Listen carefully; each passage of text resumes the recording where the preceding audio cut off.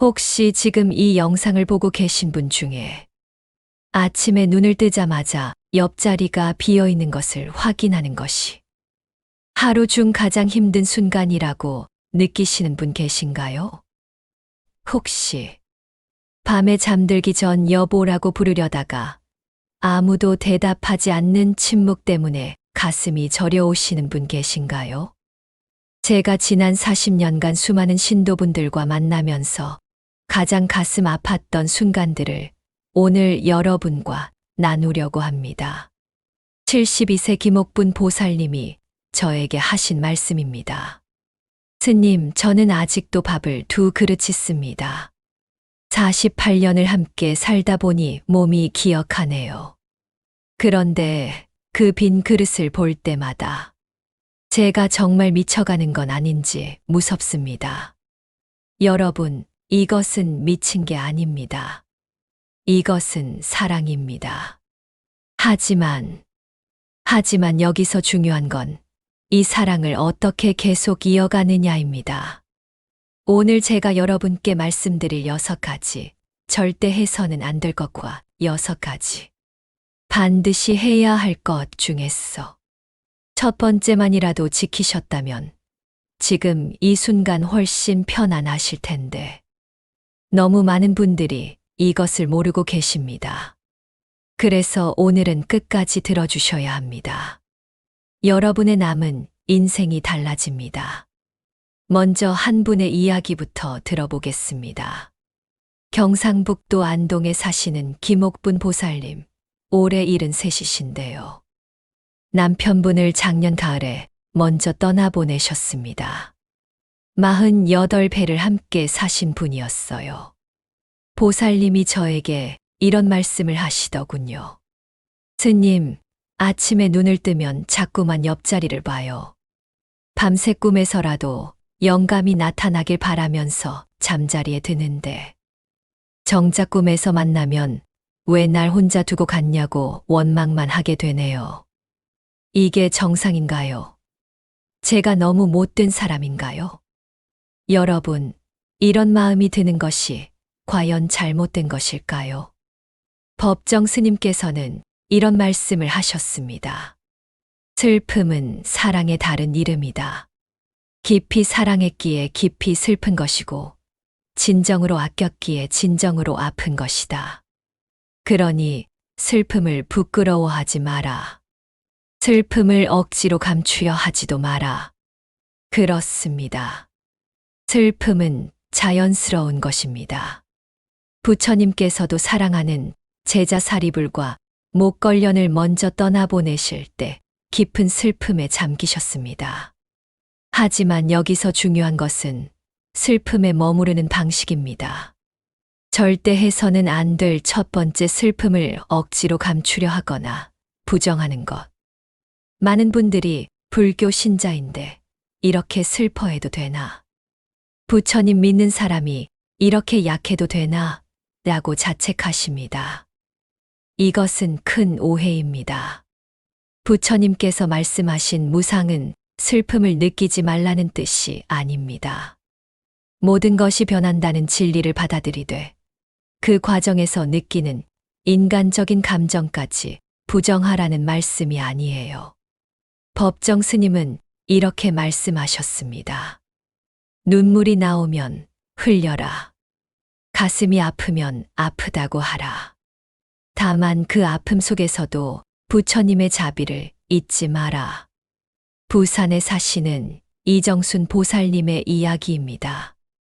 남편분이 갑작스런 심장마비로 세상을 떠나셨어요. 그날 밤 보살님은 남편이 가슴을 움켜쥐며 힘들어하는 걸 보고도 체한 건 아닐까 하며 소화제만 드렸다고 합니다.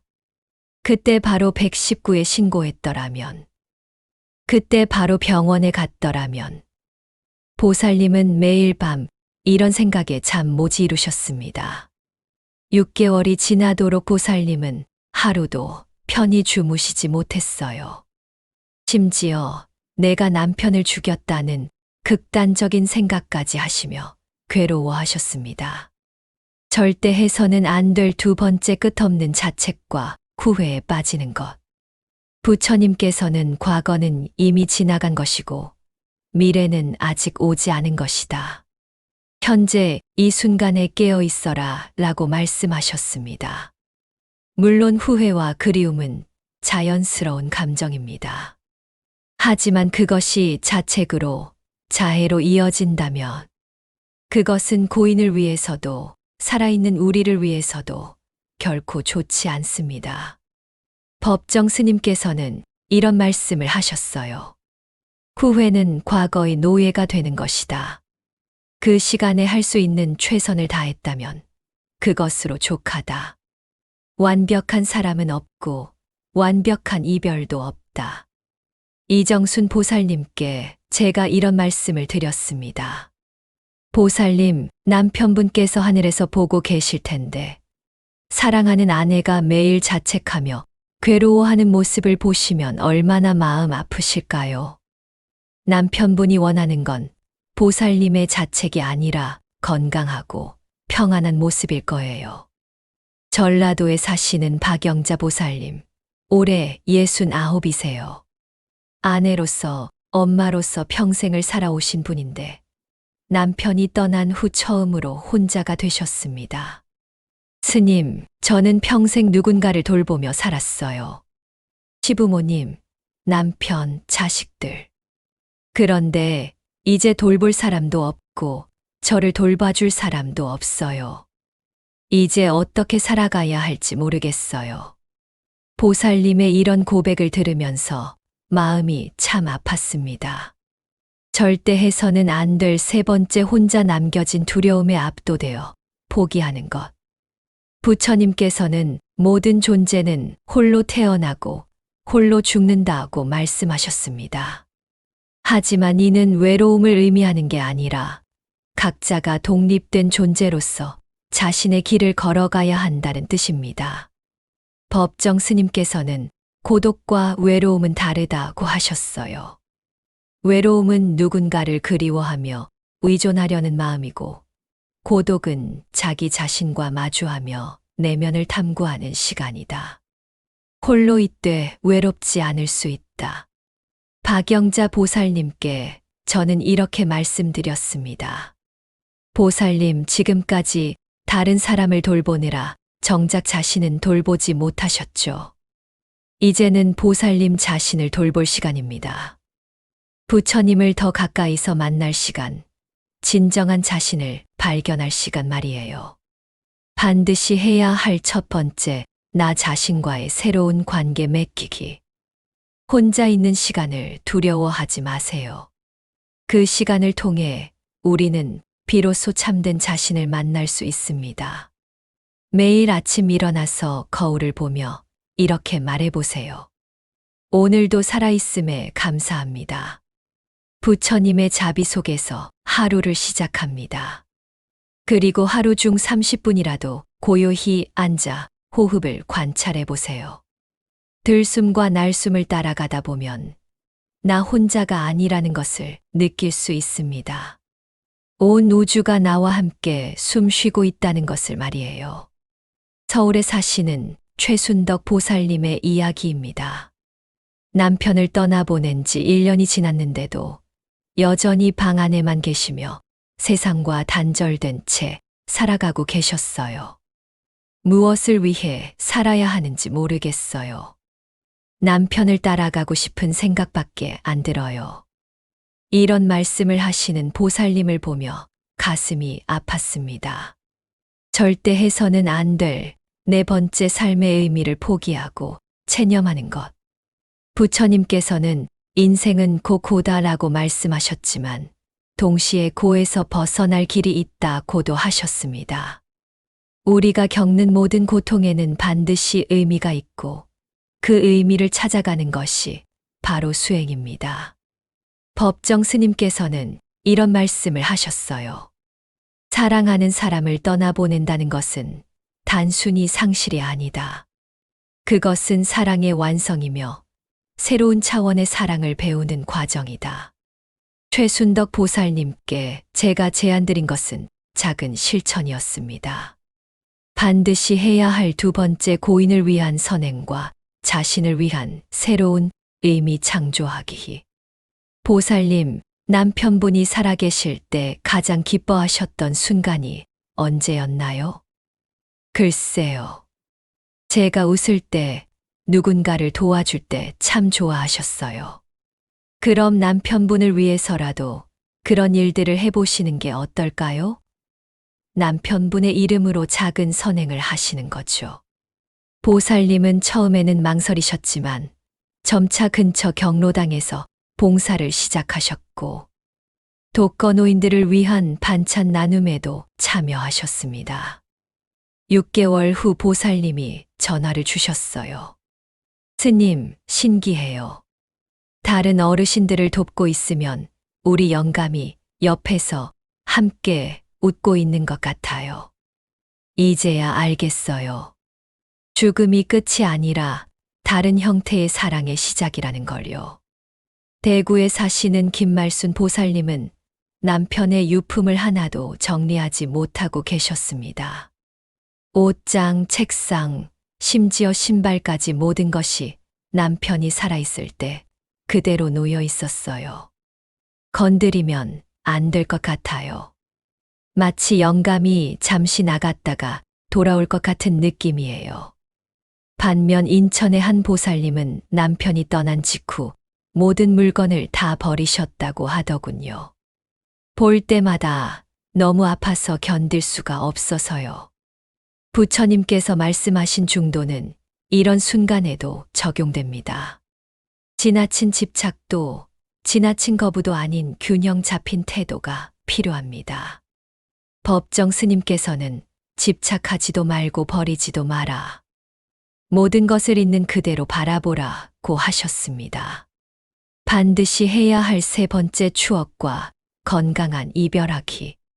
김말순 보살님과 함께 천천히 정리를 시작했습니다. 하루에 하나씩 물건 하나하나와 작별하면서요. 이 셔츠를 입고 우리가 첫 번째 손자 돌잔치 갔었지. 이 책은 영감이 밤늦게까지 읽던 거야. 각각의 물건에 담긴 추억을 차근차근 되새기고 감사한 마음으로 정리했습니다. 어떤 것은 기념으로 간직하고 어떤 것은 필요한 사람에게 나눠주고 어떤 것은 깨끗하게 정리했습니다. 보살님이 말씀하시더군요. 신기해요. 정리할 때는 더 아플 줄 알았는데 오히려 마음이 한결 가벼워졌어요. 영감도 이제 편히 쉴 수 있을 것 같고요.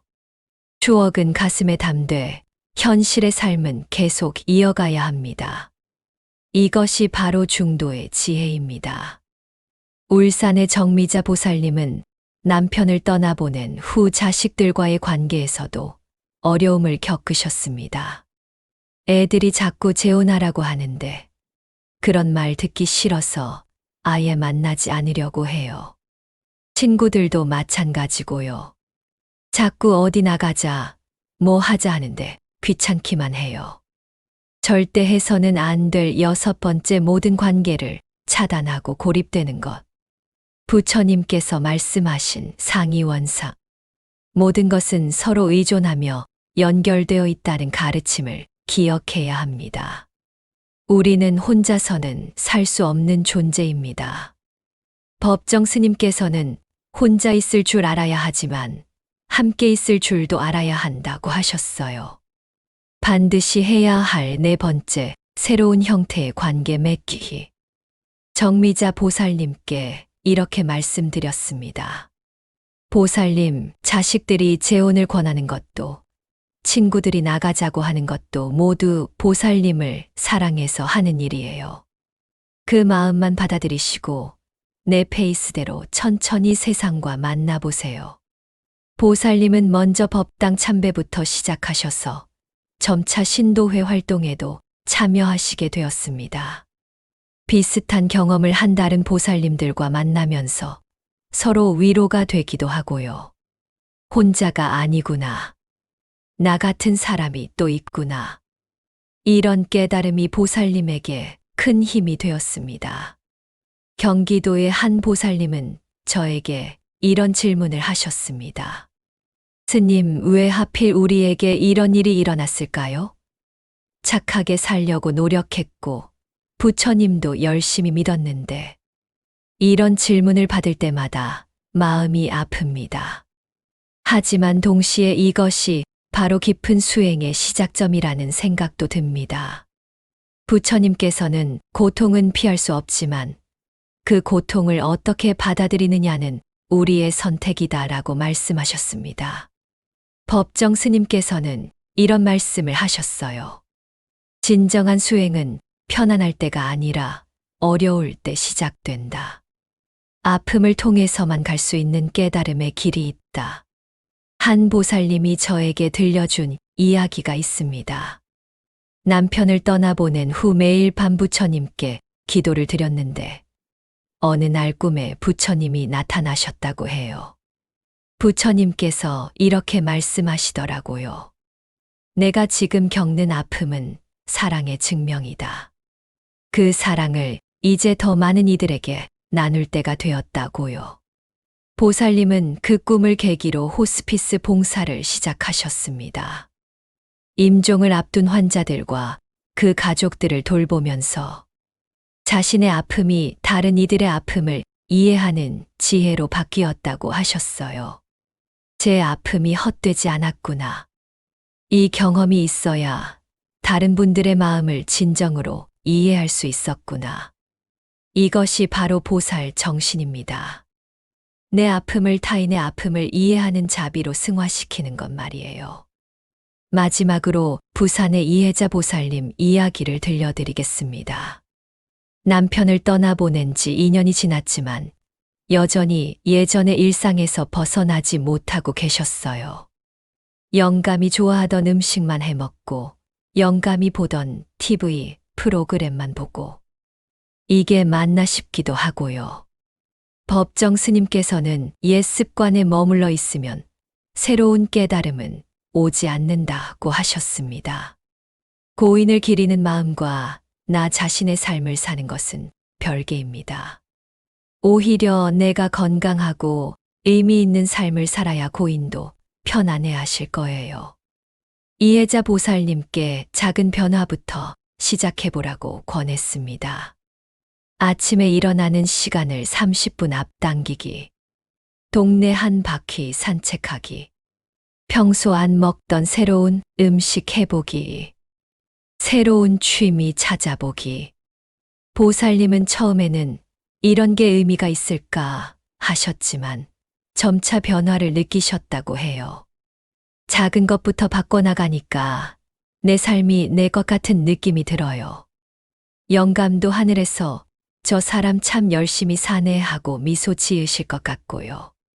배우자를 먼저 떠나보낸다는 것은 인생에서 가장 어려운 일 중 하나입니다. 하지만 그 아픔 속에서도 우리는 계속 성장할 수 있고 더 깊은 사랑을 배울 수 있습니다. 부처님께서 말씀하신 대로 모든 것은 무상하지만 사랑만은 영원합니다. 형태를 바꿀 뿐 사라지지 않아요. 법정 스님 말씀을 전해드리겠습니다. 사랑하는 사람을 떠나보낸다는 것은 슬픈 일이지만 동시에 축복받은 일이기도 하다. 진정으로 사랑해본 사람만이 진정한 이별의 의미를 알 수 있고 진정한 그리움이 무엇인지 알 수 있다. 그 그리움이 우리를 더 깊은 사랑으로, 더 넓은 자비로 인도할 것이다. 여러분의 사랑이 더 아름다운 형태로 계속되기를 부처님께 기도드립니다. 평생을 함께 해온 반려자를 먼저 보내드린 아픔. 그 깊은 슬픔 속에서 어떻게 하루하루를 버텨나가야 할지 막막하신 분들이 계실 것입니다. 어떤 위로의 말도 소용없어 보이고 세상이 온통 회색빛으로만 보이는 그런 날들 말입니다. 저 역시 지금까지 수많은 분들의 그런 아픔을 곁에서 지켜보며 함께 눈물 흘려왔습니다. 어떤 할머니는 스님 50년을 함께 살았는데 이제 혼자 남으니 어떻게 살라는 건지 모르겠어요 라고 하시며 소리 내어 우셨고 어떤 할아버지는 밥을 먹어도 맛이 없고 잠을 자도 깊이 잘 수가 없어요 라고 털어놓으셨습니다. 그런데 말입니다. 법정 스님께서는 이런 우리의 아픔을 이렇게 말씀하셨습니다. 슬픔도 때가 있고 기쁨도 때가 있다. 지금은 슬픔의 때이니 그 슬픔을 온전히 받아들이는 것이 도리다. 오늘 이 시간 법정 스님의 깊은 지혜의 말씀과 함께 그 큰 슬픔 속에서도 우리가 어떻게 하루하루를 살아갈 수 있는지 그 길을 함께 찾아보고자 합니다. 법정 스님은 늘 말씀하셨습니다. 자연스러운 것이 가장 아름답다고 말입니다. 그런데 우리는 슬플 때 왜 그리 빨리 그 슬픔을 떨쳐버리려고만 할까요? 얼마 전 저를 찾아오신 75세 박할머니의 이야기를 들려드리겠습니다. 할머니는 47년을 함께 살아온 할아버지를 떠나보낸 지 석 달이 지났는데도 여전히 매일 울고 계셨습니다. 그런데 주변 사람들이 모두 이렇게 말하더랍니다. 할머니, 이제 그만 우세요. 할아버지도 하늘에서 속상해 하실 거예요. 벌써 석 달이나 지났는데 아직도 그러시면 안 돼요. 할머니는 저에게 이렇게 물었습니다. 스님, 제가 너무 이기적인 건가요? 정말 그만 울어야 하는 건가요? 그때 저는 법정 스님의 말씀을 떠올렸습니다. 스님께서는 이렇게 말씀하셨지요. 꽃이 피는 것도 때가 있고 꽃이 지는 것도 때가 있다. 억지로 꽃을 피우려 해도 안 되고 억지로 꽃을 지게 해도 안 된다. 슬픔도 마찬가지다. 할머니에게 저는 이렇게 말씀드렸습니다. 할머니, 47년을 함께 사신 그 깊은 사랑이 어찌 석 달 만에 아무렇지 않아질 수 있겠습니까? 그 눈물 한 방울 한 방울이 모두 할아버지의 대한 사랑의 증거가 아니겠습니까? 부처님께서도 말씀하셨습니다. 모든 존재하는 것들은 변하고 사라진다. 이것이 삶의 진리다. 하지만 그 진리를 머리로만 이해하라고 하신 게 아닙니다. 마음으로, 온몸으로 받아들이는 시간이 필요한 것입니다. 저는 할머니에게 말씀드렸습니다. 울고 싶을 때는 실컷 우세요. 그리워할 때는 마음껏 그리워하세요. 그것이 자연스러운 것이고, 그래야만 진정한 치유가 시작됩니다. 그로부터 2달 후 할머니는 다시 저를 찾아오셨습니다. 이번에는 조금 다른 표정이셨습니다. 스님, 이상해요. 아직도 그립고 슬프긴 한데 예전처럼 숨이 막힐 것 같지는 않아요. 그리고 가끔은 할아버지와의 좋은 추억들이 떠오르면서 미소가 나기도 해요. 법정 스님의 말씀대로였습니다. 억지로 달래려 하지 않고 자연스럽게 흘러가도록 내버려 두었을 때 슬픔은 스스로 변화해 가는 것입니다.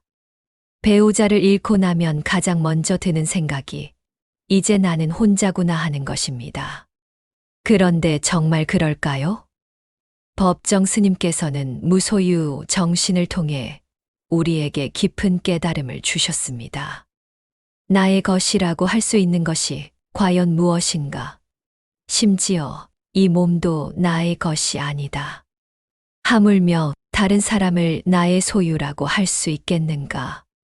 처음에는 이 말씀이 너무 차갑게 느껴질 수도 있습니다. 하지만 깊이 생각해보면 이 말씀 속에 큰 위안이 숨어 있습니다. 60년을 함께 살아온 이 할아버지의 이야기를 들어보세요. 할머니를 먼저 보내드린 후 매일 밤 혼자 누워서 이런 생각을 하셨답니다. 평생 함께 살았는데 이제 정말 혼자구나. 이 넓은 집에 나 혼자뿐이구나. 그러던 어느 날 할아버지는 우연히 할머니가 기르던 화분에 새싹이 돋아나는 것을 보셨습니다. 할머니가 돌아가시기 전에 마지막으로 물을 주었던 그 화분에서 말입니다. 그 순간 할아버지는 깨달으셨다고 합니다. 아, 할머니가 여기 있구나. 이 새싹 속에, 이 집 곳곳에, 그리고 내 마음 속에 살아있구나. 부처님께서 말씀하신 연기법을 보여주는 순간이었습니다. 모든 존재는 서로 연결되어 있고 서로에게 영향을 주고받으며 살아간다는 진리 말입니다. 법정 스님은 이렇게 말씀하셨습니다. 사랑하는 사람을 잃었다고 해서 그 사랑까지 잃은 것은 아니다. 사랑은 영원히 우리 마음 속에 살아있다. 여러분 생각해 보세요. 평생을 함께 살면서 배우자로부터 받은 그 모든 사랑들, 그 따뜻한 말 한마디, 정성스럽게 차려준 밥 한 끼, 아플 때 간병해준 그 손길들이 어디로 사라졌겠습니까? 모두 여러분의 마음 속에, 여러분의 몸 속에, 여러분의 삶 속에 고스란히 남아있지 않겠습니까? 그리고 더 넓게 생각해보면 우리는 정말로 혼자가 아닙니다. 지금 이 순간에도 같은 하늘 아래에서 같은 공기를 마시며 살아가는 수많은 사람들이 있습니다. 여러분의 슬픔을 이해하고 함께 나누려는 사람들이 있습니다. 법정 스님께서 자주 하신 말씀이 있습니다. 지나간 일을 붙잡고 있지 말라. 하지만 그 속에서 얻은 지혜와 사랑은 간직하라. 배우자를 먼저 보낸 분들 중에는 두 가지 극단적인 반응을 보이는 경우가 있습니다. 하나는 모든 것을 그대로 보존하려고 하는 것이고, 다른 하나는 모든 것을 없애버리려고 하는 것입니다. 며칠 전 만난 김 할머니는 남편의 방을 3년째 그대로 두고 계셨습니다. 옷도, 안경도, 심지어 신문도 돌아가시던 그날 그대로 놓아두셨더군요. 혹시 할아버지가 돌아오시면 어떡해요? 라고 하시면서요. 반대로 최할아버지는 할머니가 돌아가신 다음 날부터 할머니의 모든 물건을 정리해서 내다 버리셨습니다. 보면 슬프기만 하고 아무 소용없다면서 말입니다. 그런데 법정 스님의 지혜로 보면 이 두 가지 모두 극단입니다. 스님께서는 이렇게 말씀하셨습니다. 과거에 얽매이지도 말고 과거를 부정하지도 말라. 과거는 과거로 보내되 그 속에 담긴 사랑과 지혜는 현재 속으로 가져와라. 한 할머니의 이야기를 들려드리겠습니다. 할아버지를 보낸 후 1년이 지나서야 할아버지의 옷을 정리하기 시작하셨습니다. 그런데 그냥 버리지 않으셨어요. 할아버지가 특히 좋아하던 스웨터로는 방석을 만드셨고, 넥타이들로는 작은 액자를 꾸미셨습니다. 그리고 그 액자 안에는 둘이 함께 찍은 가장 행복했던 순간의 사진을 넣으셨죠. 이렇게 하니까요, 할아버지가 완전히 사라진 게 아니라 다른 모습으로 제 곁에 있는 것 같아요. 그리고 이 물건들을 보면서 슬픈 기억보다는 고마운 기억들이 더 많이 떠올라요. 부처님께서도 말씀하셨습니다. 현재에 머물러라. 과거에 얽매이지 말고 미래를 걱정하지 말라. 하지만 이것이 과거를 완전히 잊어버리라는 뜻은 아닙니다. 법정 스님은 이를 더욱 구체적으로 설명해 주셨습니다. 아름다운 추억은 마음의 보물이다. 그 보물을 고이 간직하되 그것에 사로잡히지는 말라. 여러분도 한번 해보세요. 배우자와의 추억들 중에서 가장 감사한 것, 가장 행복했던 것들을 떠올려 보세요. 그리고 그 순간순간에 대해 진심으로 감사해 보세요. 고마웠어요. 당신과 함께한 그 모든 시간들이 고마웠어요. 당신이 제게 보여준 사랑이 고마웠어요. 당신이 제게 가르쳐 준 것들이 고마웠어요. 이렇게 감사의 마음으로 추억을 바라보면 슬픔이 따뜻한 그리움으로 바뀌기 시작합니다. 가장 어려운 질문이 있습니다. 이제 어떻게 살아야 하나요? 평생의 동반자를 잃고 나면 앞으로의 삶이 막막하게 느껴집니다. 이제 누구를 위해서 살지, 무엇을 위해서 살지 하는 생각에 빠지기 쉽습니다. 법정 스님께서는 이런 우리에게 명확한 답을 주셨습니다. 삶의 의미는 누군가를 위해서 사는 것이 아니라 삶 자체에 있다. 한 할아버지의 이야기입니다. 할머니를 보낸 후 6개월 동안 집에서만 지내시며 이제 살 이유가 없다고 하시던 분이었습니다. 그런데 어느 날 동네에서 혼자 사시는 더 고령의 할머니가 아프다는 소식을 듣게 되었습니다. 처음에는 나도 힘든데 무슨 남을 돌볼 여유가 있나 하셨지만 문득 돌아가신 부인의 말이 떠올랐습니다. 당신은 참 따뜻한 사람이에요.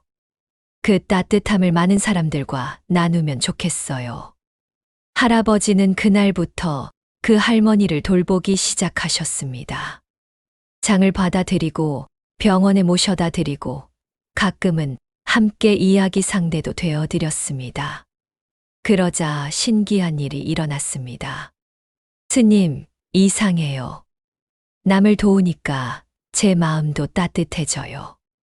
그리고 우리 할머니가 평소에 제게 했던 그 따뜻함을 이제 다른 사람에게 전해주고 있다는 생각이 들어요.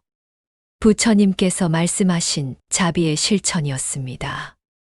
법정 스님도 늘 강조하셨습니다. 나의 고통을 이해하는 사람은 다른 사람의 고통도 이해할 수 있다고 말입니다.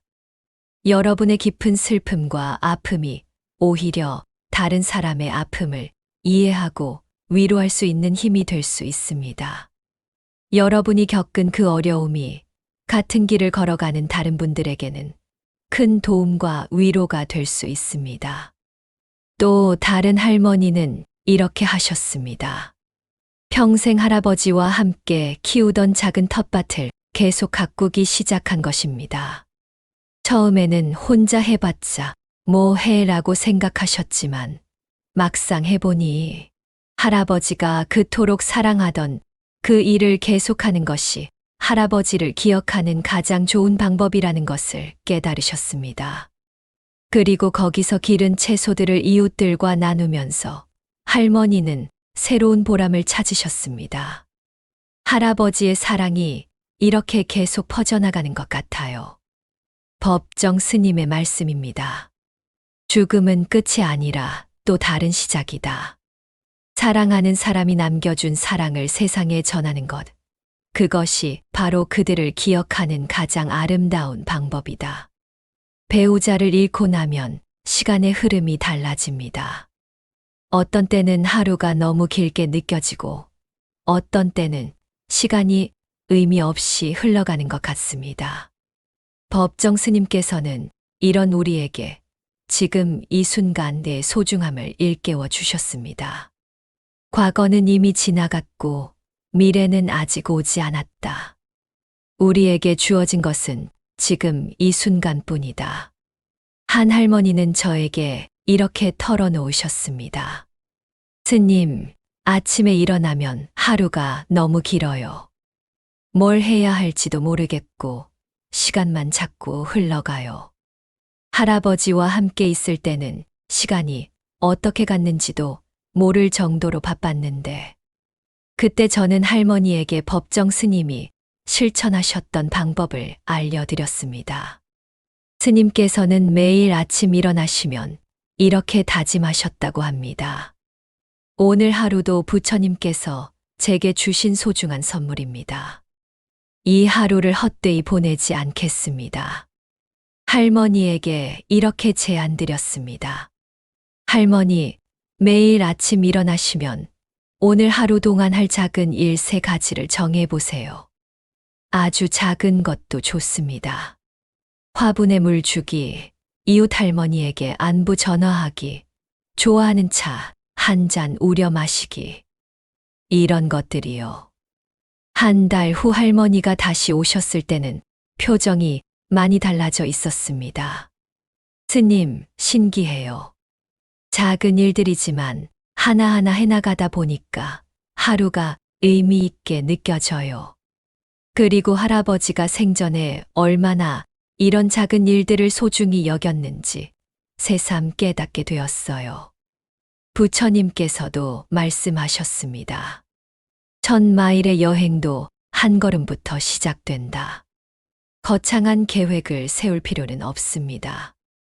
오늘 하루 이 순간을 충실히 사는 것이 중요합니다. 또 다른 할아버지는 이런 방법을 찾으셨습니다. 매일 저녁 하루를 마무리하면서 일기장에 오늘 감사한 일 3가지를 적는 것이었습니다. 처음에는 감사할 게 뭐가 있나 하셨지만 막상 써보니 작은 것들이라도 감사할 일들이 있었습니다. 오늘 비가 와서 화분이 촉촉해졌다.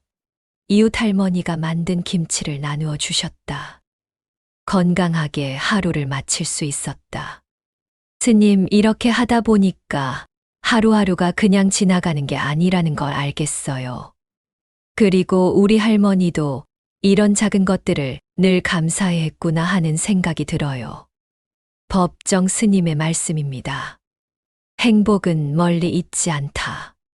지금 이 순간 우리 곁에 있다. 다만 우리가 그것을 알아보지 못할 뿐이다. 사랑하는 여러분, 긴 시간 함께 해주셔서 고맙습니다. 오늘 우리가 나눈 이야기들을 다시 한번 정리해 보겠습니다. 첫째, 슬픔을 억지로 달래려 하지 마세요. 슬픔도 사랑의 다른 표현입니다. 자연스럽게 흘러가도록 내버려 두세요.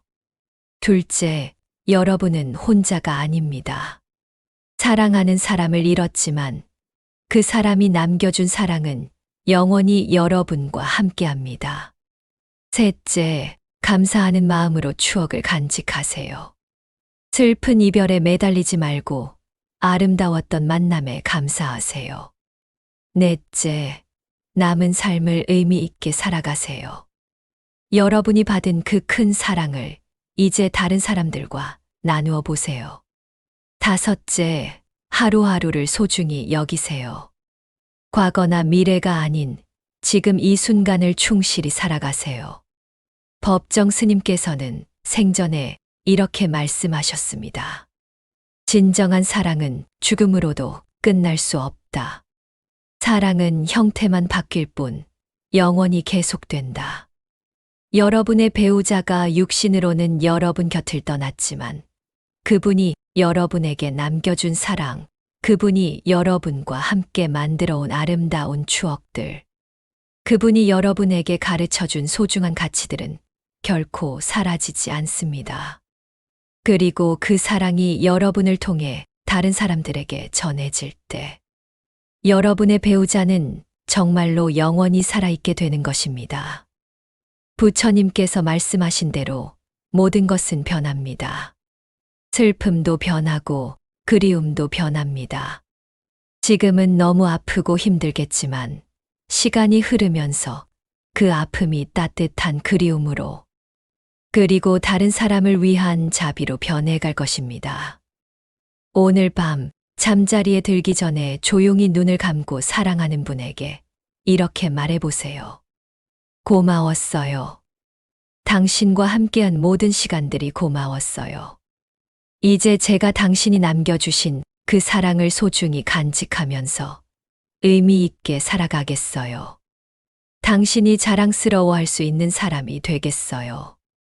그리고 내일 아침 일어나면 새로운 하루를 맞이하는 감사한 마음으로 이렇게 다짐해 보세요. 오늘도 부처님께서 제게 주신 소중한 하루입니다. 이 하루를 사랑으로, 자비로, 그리고 감사한 마음으로 살아가겠습니다. 법정 스님의 마지막 당부를 전하며 오늘 이야기를 마무리하겠습니다. 아름다운 이별을 하라. 그리고 더 아름다운 추억으로 살아가라.